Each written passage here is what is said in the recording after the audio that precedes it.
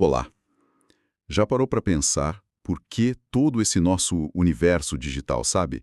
Desde os vídeos engraçadinhos na internet até, sei lá, simulações científicas super complexas, tudo, no fundo, se resume a combinações de só dois números, 0 e 1. Parece simples demais, né? Mas a história por trás disso, olha, é surpreendentemente rica, cheia de reviravoltas. Exatamente. E os materiais que a gente analisou para essa nossa investigação, eles mostram uma jornada fascinante mesmo pela evolução da computação.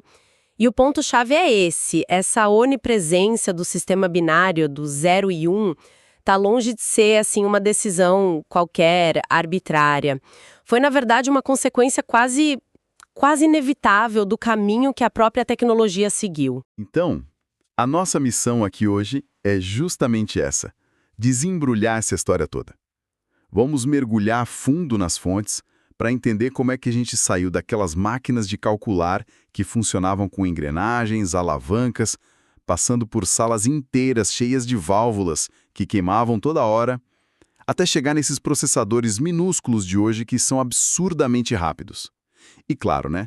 Desvendar por que essa lógica do liga-desliga, do 0 e 1, virou a linguagem universal por baixo dos panos de toda a tecnologia digital. Bom, para começar essa exploração, vamos direto ao coração da máquina. O que um computador faz, assim, no nível mais fundamental mesmo? Basicamente, a gente pode pensar nele como uma calculadora. Só que incrivelmente rápida. Quase inimaginavelmente rápida. A gente está falando de realizar bilhões de operações a cada segundo. Essa capacidade de processamento, ela é medida em hertz, né? Mais especificamente em gigahertz ou gigahertz nos processadores modernos. As fontes que a gente consultou detalham bem isso. Um processador comum hoje em dia, rodando a, 3 gigahertz, ele consegue executar aproximadamente 3 bilhões de instruções básicas a cada segundo. É um volume espantoso, de verdade. E não para por aí, né? Muitos processadores hoje são multicore. Ah, sim, multicore, que significa que tem vários núcleos, certo? Isso, vários núcleos de processamento trabalhando ali em paralelo, e isso multiplica a capacidade total, permitindo que os nossos aparelhos façam tanta coisa ao mesmo tempo, sabe?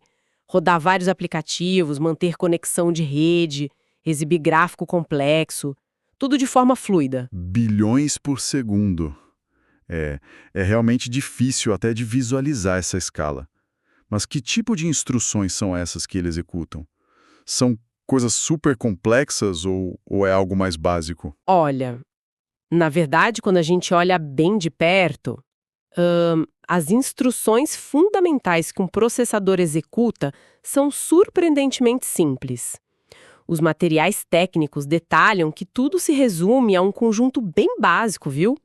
As 4 operações aritméticas que a gente aprende na escola: somar, subtrair, multiplicar, dividir.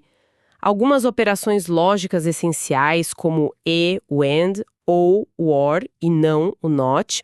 Essas servem para tomar decisões baseadas em condições, sabe? E outras ainda mais básicas, como, por exemplo, incrementar ou decrementar um número, ou seja, somar ou subtrair um, e até mesmo deslocar sequências de zeros e uns para a direita ou para a esquerda dentro de um registrador. Deslocar zeros e uns. Essa parte parece meio abstrata. Para que serve isso, exatamente? Funções de deslocamento, que o pessoal chama de shift, são extremamente úteis e eficientes para o processador. Pensa nelas como atalhos, tá?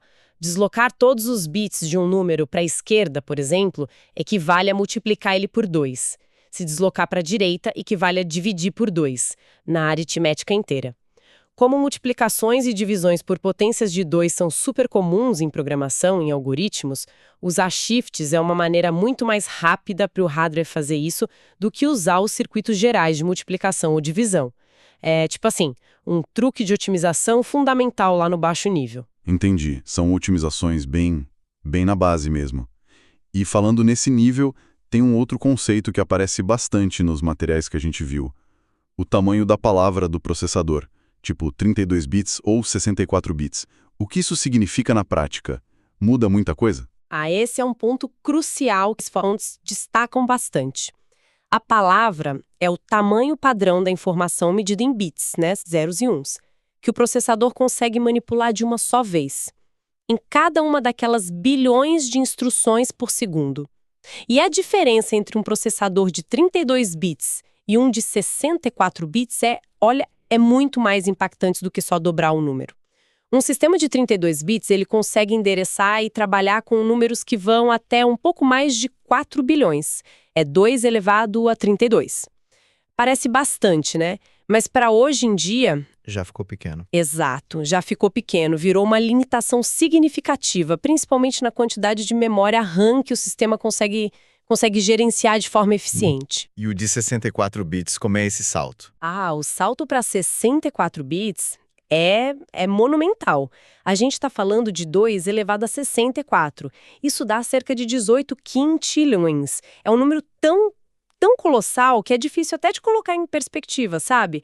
É como comparar, sei lá, um armário onde cabem alguns milhares de papéis com uma biblioteca nacional inteira. Uau! Uma diferença absurda. Absurda. Essa capacidade gigantesca de endereçamento é o que permite aos nossos computadores, aos smartphones de hoje, gerenciar quantidades enormes de memória RAM. 8 GB, 16 GB, 32 GB, até mais. É isso que possibilita rodar sistemas operacionais complexos, aplicativos pesados, jogos com gráficos super realistas, editar vídeos em alta definição sem que o sistema fique engasgando por falta de espaço para trabalhar com os dados, sabe? Essa transição para 64 bits foi fundamental para a experiência que a gente tem hoje. Faz todo sentido. Mas essa jornada até aqui, né? Até os processadores de 64 bits, bilhões de operações por segundo, foi longa. Como é que tudo começou? Essa necessidade de calcular é bem antiga, né? Antiquíssima. Ferramentas como o Abaco, por exemplo, os registros históricos indicam que surgiu há uns 5.000 anos. Já mostrava essa busca humana por facilitar cálculo. Mas um marco importante na mecanização disso veio bem mais tarde. Em 1642, com um jovem francês, Blaise Pascal. E o mais incrível, como as fontes relatam, é que ele tinha só 17 anos. 17 anos quando inventou a Pascaline. Foi uma das primeiras calculadoras mecânicas. Com 17 anos, caramba! E como é que funcionava essa máquina? Era complexa. Pascaline, pelo que descrevem os materiais da época, era basicamente uma caixa com uma série de engrenagens, todas interligadas. Cada engrenagem representava uma casa decimal. Unidades, dezenas, centenas e por aí vai. E tinha os números de 0 a 9 marcados.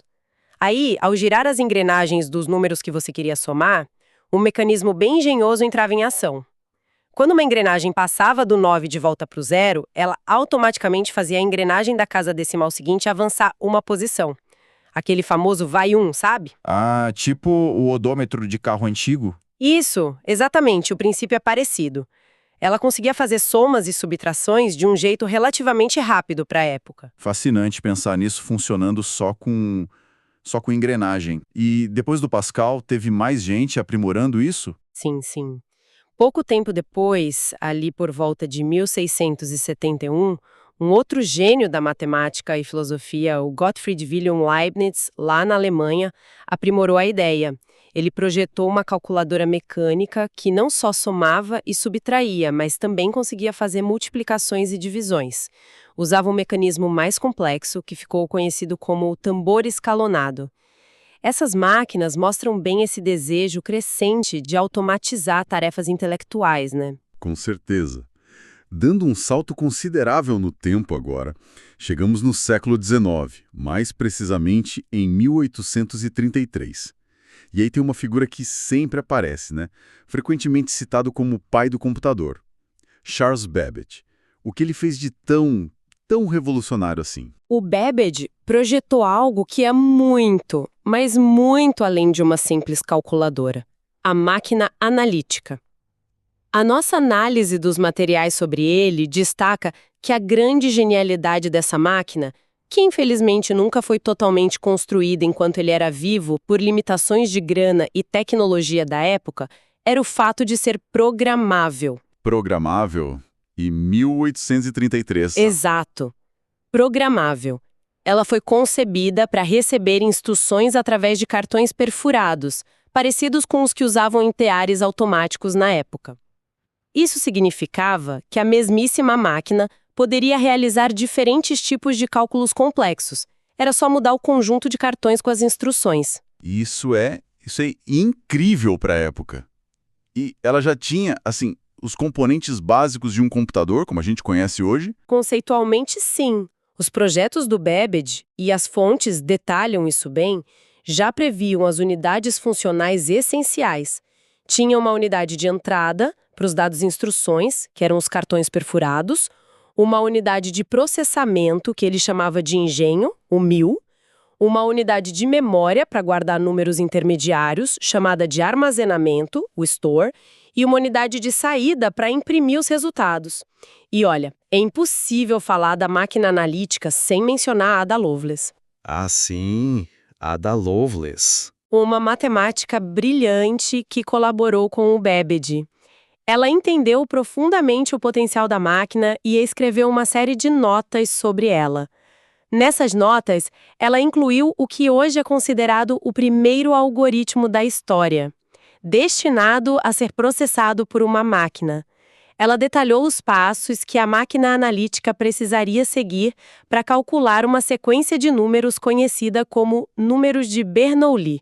Por isso que a Ada Lovelace é reconhecida hoje como a primeira programadora da história.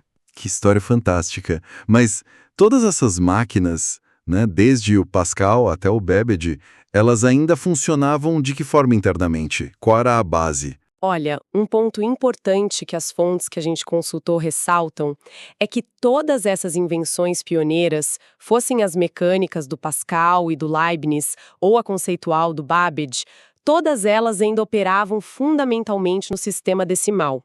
Usavam engrenagens com 10 dentes, mecanismos que representavam os dígitos de 0 a 9. A ideia de usar um sistema diferente ainda não estava na mesa, sabe?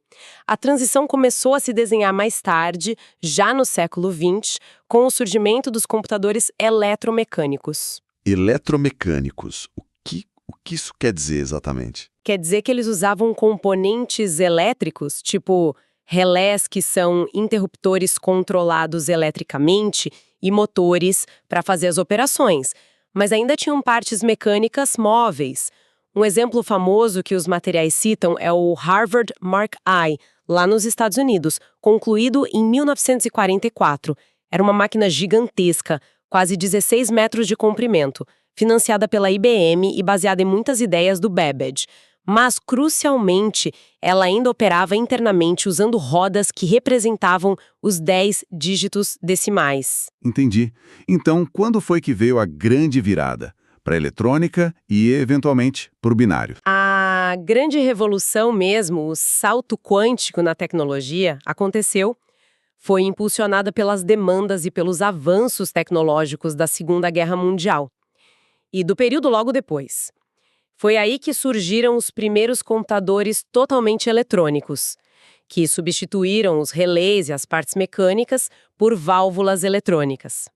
O mais famoso desses pioneiros foi o ENIAC, o Electronic Numerical Integrator and Computer, finalizado em 1946. Ele era colossal. Ocupava uma sala inteira, pesava toneladas, usava quase 18 mil válvulas. 18 mil válvulas. Imagina o calor que isso não gerava. Exato! Era muito mais rápido que o Mark I, mas consumia uma energia absurda e as válvulas, coitadas, queimavam com frequência. E foi nesse contexto aí, de máquinas gigantes e válvulas, que surgiu uma figura-chave, né? John von Neumann. Exatamente, John von Neumann, um matemático e físico húngaro-americano, de uma genialidade, assim, ímpar. Os documentos da época confirmam que ele se envolveu com o projeto do ENIAC e logo em seguida, em 1945, ele escreveu um rascunho de um relatório para um projeto sucessor, o EDVAC. Nesse documento, ele formalizou uma arquitetura lógica para computadores que se tornou o padrão dominante, até hoje, conhecida como arquitetura de von Neumann. A ideia central era de um computador com programa armazenado. Programa armazenado.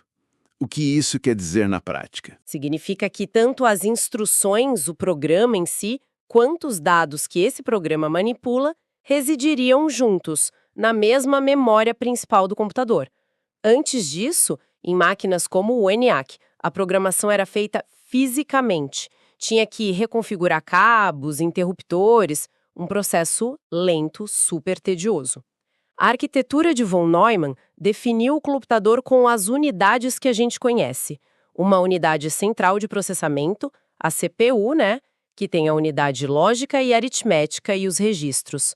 Uma unidade de memória principal e as unidades de entrada e saída. É fascinante pensar, e nossa análise dos materiais reforça isso, que a estrutura básica do seu smartphone, do seu laptop, segue os princípios dessa arquitetura definida há mais de 70 anos. Ok, então chegamos na arquitetura fundamental que a gente ainda usa. Mas a questão central continua, né? Por que essa arquitetura, que nasceu ali naquele ambiente de válvulas e depois evoluiu, abraçou tão completamente o sistema binário? Por que abandonar os 10 dedos, os 10 dígitos decimais que parecem tão naturais para nós e adotar só o 0 e o 1? Olha, a resposta para essa pergunta crucial está ligada diretamente a uma invenção que mudou o mundo na metade do século XX, o transistor. Inventado lá nos laboratórios Bell em 1947, o transistor substituiu as válvulas, que eram enormes, frágeis, consumiam muita energia. Ele era pequeno, robusto, eficiente, podia ser produzido em massa.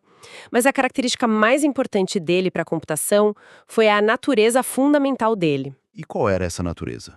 Como ele funcionava? Essencialmente, o transistor funciona como um interruptor eletrônico minúsculo. Ele pode estar em um de dois estados principais. Ou ele permite a passagem de corrente elétrica, o estado ligado, ou ele bloqueia a passagem, o estado desligado. Essa capacidade de representar claramente dois estados distintos se encaixou assim como uma luva no sistema de numeração binário. Os textos técnicos são muito claros quanto a essa correspondência direta, sabe? Convencionou-se que o estado ligado, geralmente associado a um nível de tensão elétrica mais alto, representaria o dígito binário 1. E o estado desligado, associado a uma tensão baixa ou ausente, representaria o dígito 0. Ah, então a própria física do componente principal já apontava para o binário. E tentar usar o sistema decimal com 10 dígitos, usando transistores, seria muito complicado. Extremamente complicado. E impraticável para construir computadores rápidos e confiáveis. Pensa só, tentar representar os 10 dígitos decimais, de 0 a 9, eletronicamente, exigiria que os circuitos conseguissem gerar, transmitir e, principalmente, distinguir confiavelmente 10 níveis diferentes de tensão elétrica. Imagina 10 níveis de tensão estáveis e distintos dentro de um circuito minúsculo, sujeito a ruído elétrico, variação de temperatura, pequenas imperfeições de fabricação. Os especialistas da época, e os materiais de engenharia confirmam isso, perceberam rapidamente que isso seria um pesadelo. Seria um sistema muito complexo, caro e, o principal, muito suscetível a erros. Uma pequena flutuação na tensão poderia fazer o circuito interpretar um 6 como um 7, por exemplo. E aí? Adeus cálculo correto. Exatamente. Adeus cálculo correto. Levaria a resultados completamente errados. Então, a simplicidade do binário trouxe robustez, confiabilidade. Exatamente. O sistema binário com só dois estados claramente distinguíveis, alto, baixo, ligado e desligado, ele é inerentemente muito mais robusto, mais tolerante a ruídos e imperfeições. É muito mais fácil para um circuito diferenciar entre tem tensão e não tem tensão do que entre, 2,5 volts, 2,8 volts e 3,1 volts. Essa simplicidade não só trouxe confiabilidade, como também permitiu projetar circuitos lógicos mais simples, menores, mais rápidos e que consumiam menos energia. A escolha pelo binário foi, portanto, uma decisão pragmática e brilhante, ditada pelas realidades da engenharia eletrônica baseada em transistores. Essa simplicidade binária foi a chave para a miniaturização e para a explosão da capacidade computacional que a gente viu desde então. É um ponto que os materiais técnicos ressaltam repetidamente. Mas essa ideia de usar lógica com só dois valores, tipo verdadeiro e falso, ligado, desligado, ela surgiu só com transistor ou já existia alguma base teórica para isso antes? Não, de forma alguma surgiu do vácuo tecnológico. A base teórica já existia, olha, há quase um século. Ela se apoiou fortemente no trabalho de um matemático inglês do século XIX chamado George Boole. Lá por 1854, o Boole publicou trabalhos fundamentais desenvolvendo um sistema algébrico para lógica, que hoje a gente conhece como álgebra booleana. Essa álgebra lida com variáveis que podem ter só dois valores, verdadeiro ou falso. E o Boole definiu operações lógicas como and, or e não, not, para manipular essas variáveis. E como isso se conectou com os computadores lá na frente? Foi uma conexão perfeita. Os engenheiros perceberam que os dois estados da álgebra booleana, verdadeiro e falso, podiam ser diretamente mapeados para os dois estados do sistema binário, 1 e 0, e, consequentemente, para os dois estados dos interruptores eletrônicos, ligado e desligado. A genialidade foi conectar essa limitação e, ao mesmo tempo, vantagem física dos componentes eletrônicos com a estrutura matemática rigorosa da lógica do Boole. A álgebra booleana forneceu as regras, as ferramentas exatas para projetar circuitos digitais que pudessem realizar não só cálculos aritméticos, mas também operações lógicas complexas, tomando decisões com base nas entradas binárias. Se os transistores são os tijolos, a álgebra booleana foi o manual de engenharia que ensinou como combinar eles para construir coisas úteis, tipo somadores, comparadores, unidades de controle. Que interessante essa confluência da matemática abstrata lá do século XIX com a engenharia prática do século XX. E enquanto tudo isso acontecia nos Estados Unidos, no Reino Unido, com o ENIAC, as ideias de von Neumann, tinha alguma coisa acontecendo em outros lugares do mundo também? Sim, e é curioso notar, como alguns relatos históricos mencionam, uma história meio paralela e um tanto isolada que estava acontecendo na Alemanha durante a guerra. Um engenheiro chamado Konrad Zuse estava trabalhando de forma bem independente e chegou a resultados notáveis. Já em 1941, 1943, ele construiu o Z3. Muitos historiadores consideram o Z3 o primeiro computador eletromecânico, ele usava relés e não válvulas, totalmente programável e funcional do mundo. E o mais impressionante, o Z3 já operava internamente usando o sistema binário e aritmética de ponto flutuante binário. O Zuse também desenvolveu uma das primeiras linguagens de programação de alto nível, a Plan Calcul. Infelizmente, muito do trabalho pioneiro do Zuse foi destruído ou perdido durante e depois da Segunda Guerra, e só foi redescoberto e reconhecido plenamente bem mais tarde. Mas mostra que a ideia do binário estava, de certa forma, no ar, sabe? Como uma solução viável para a computação automática. Incrível pensar nesses desenvolvimentos paralelos, né? Quase ao mesmo tempo. Então, fazendo uma recapitulação rápida da nossa investigação aqui, o domínio absoluto dos zeros e uns na computação não foi um acaso, não foi uma preferência estética dos matemáticos. Foi, na essência, uma solução de engenharia extremamente prática, robusta, impulsionada pela invenção do transistor e sua natureza de interruptor digital. Essa solução encontrou a base matemática perfeita na álgebra booleana desenvolvida décadas antes. E tudo isso foi implementado sobre aquela arquitetura lógica de programa armazenado proposta pelo von Neumann. Essa combinação de fatores é que permitiu a revolução digital que a gente vive hoje. Nos ensina, né? O estado atual das coisas raramente é o fim da linha. Essa hegemonia do binário, que moldou a computação por mais de 70 anos, já começa a ser desafiada por novas fronteiras da pesquisa. A nossa análise dos materiais mais recentes também aponta para um horizonte tecnológico que pode ser tão disruptivo quanto foi a passagem do mecânico para o eletrônico, a computação quântica. Computação quântica, a gente ouve falar muito, mas ainda parece meio ficção científica para muita gente. Como é que ela se diferencia desse modelo binário que a gente acabou de discutir? Fundamentalmente, enquanto os computadores clássicos usam bits, né, que podem ser só 0 ou 1, os computadores quânticos usam qubits, E graças aos princípios da mecânica quântica, como a superposição, um qubit pode representar 0, 1 ou uma combinação de ambos os estados simultaneamente. Além disso, os qubits podem estar emaranhados.